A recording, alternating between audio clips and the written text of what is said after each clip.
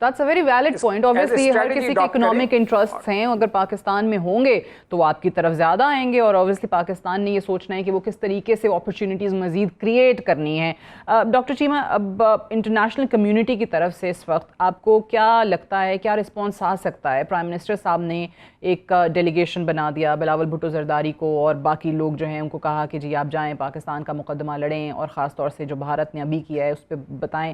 So what is expected of that? کیا دیکھیے پہلی بات ہے, ایک تو انڈیا کیونکہ ڈیلیگیشن بھیج رہا ہے تو پاکستان بھی بھیج رہا ہے, تو انڈیا وہ دنیا اس کو ایک ایسے کہہ رہی ہے کہ بیلنس کر رہی ہے, اور یہ ہر دور میں ہوتا ہی رہتا ہے, ڈیلیگیشن جاتے ہی رہتا ہے. میرا خیال ہے کہ یہ تھوڑا ہم نے ایک تو یہ کہ یہ ڈیلیگیشن تو چلا جائے, لیکن ہمیں اپنی پوزیشن کو کنسسٹنٹ رکھنا چاہیے, ایک بات تو یہ ہے. دوسرا یہ ہے کہ دیکھیں آپ کے ملک کے اندر واقعی دہشت گردی ہو رہی ہے, وہاں پہ اگر ایک واقعہ ہوا, لوکلز نے وہاں پہ کیا, وہ متاثر ہیں, تو ہم تو دیکھیں ہمارے ہاں تو آج بھی دیکھیں خزدار میں آج D G S P R نے جو بات کی ہے, سو میرا خیال ہے ہمارے پاس تو ایویڈنس ہے کہ یہاں پہ ethnic based militancy and religious based militancy کے پیچھے ساری کی ساری جو ڈوول صاحب کی ڈاکٹرن ہے ڈیفینسو آفینس کی, وہ کام کر رہی ہے.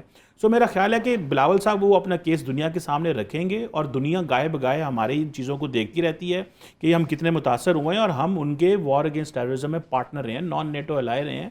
دنیا کو ہماری سٹوری کی سمجھ ہے, لیکن ہمیں اپنی سٹوری کو ایمپلیفائی کرنا ہے, اور میرا خیال ہے بلاول صاحب کر سکتے ہیں, لیکن اگر ہم اس میں کنسسٹنسی رکھیں گے, اگر ہم نے ایک یہ ڈیلیگیشن بھیجے اور اس کے بعد بھول گئے اور پھر نہ اس کو فالو اپ کیا, اور پھر کچھ اور ہو گیا, پھر انڈینز کرتے کیا ہے, میں آپ کو بتاتا چلوں کہ دنیا میں کوئی بھی لیڈر انڈیا آئے یا وہ وہاں پہ جائیں تو وہ جتنے بھی پرانے دہشت گردی کے واقعات ہیں وہ اپنی پریس ریلیزز میں جوائنٹ اسٹیٹمنٹس میں لکھواتے ہیں, just to refresh and tell the world. میرا خیال ہے کہ ہمیں اس کو پراپرلی جو ہے وہ ڈاکومنٹ کرنا چاہیے, اور جسے وہ کہتے ہیں نا دنیا کو اس کو بھولنے نہیں دینا چاہیے کہ انڈیا پاکستان میں کیا کر رہا ہے, اور ہمارے پاس تو ایویڈنس ہے, جیسے صاحب بات کر رہے تھے, ایویڈنس بھی ہے, خاص طور سے 10 مئی کے بعد آپ زیادہ بہتر انداز میں بات کر سکتے ہیں, فرام پوزیشن آف اسٹرینتھ آپ بات کر سکتے ہیں. Doctor Qamar Cheema, ambassador Masood Khalid, thank you very much joining me today on the show. We'll take a short break here, stay tuned.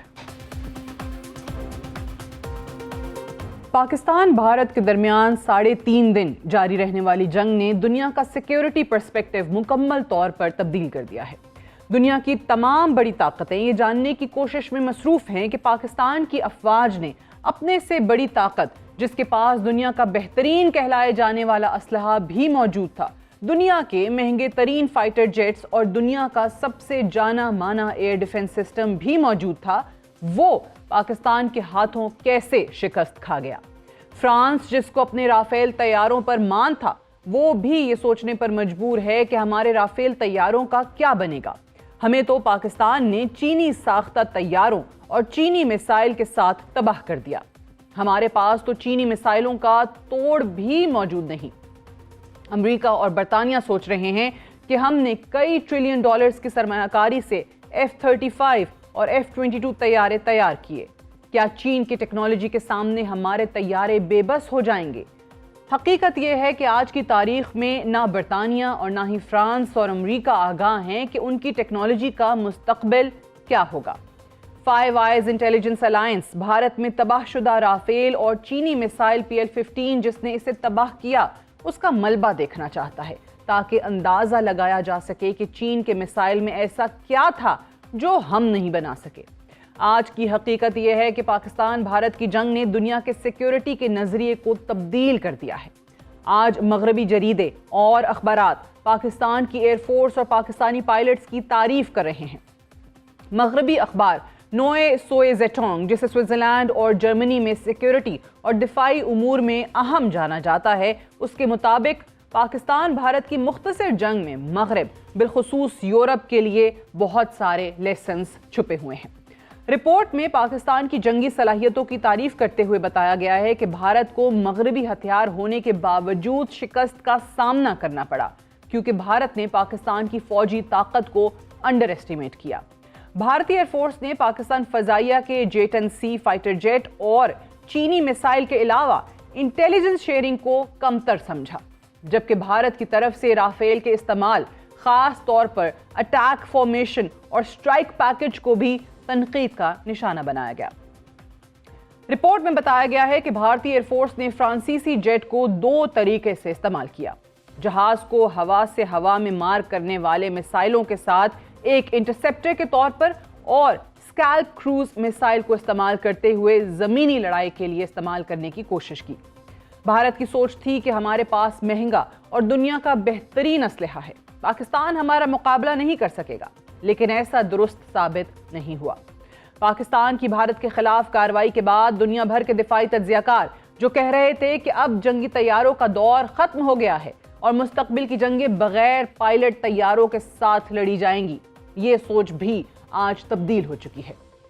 بہتر انداز میں کہا جائے تو پاکستان کے بہترین پائلٹس جو چینی ساختہ J-10C اور GF-17 کے ساتھ بھارت کا مقابلہ کرنے کے لیے فضا میں موجود تھے، انہوں نے دنیا کو پیغام دیا ہے کہ مشکل حالات میں بڑے ملٹری آپریشنز صرف ڈرونز اور گائیڈڈ ویپنز کے ساتھ نہیں لڑے جا سکتے۔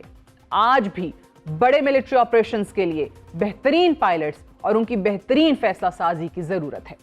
پاکستان بھارت جنگ کی موجودہ صورتحال کا جائزہ لیتے ہوئے مغربی جریدے اور ان کی رپورٹس اپنے اداروں اور اپنی حکومتوں کو آگاہ کرنے کی کوشش میں مصروف ہیں کہ ہمیں جدید جنگی طیاروں میں سرمایہ کاری جاری رکھنی ہوگی۔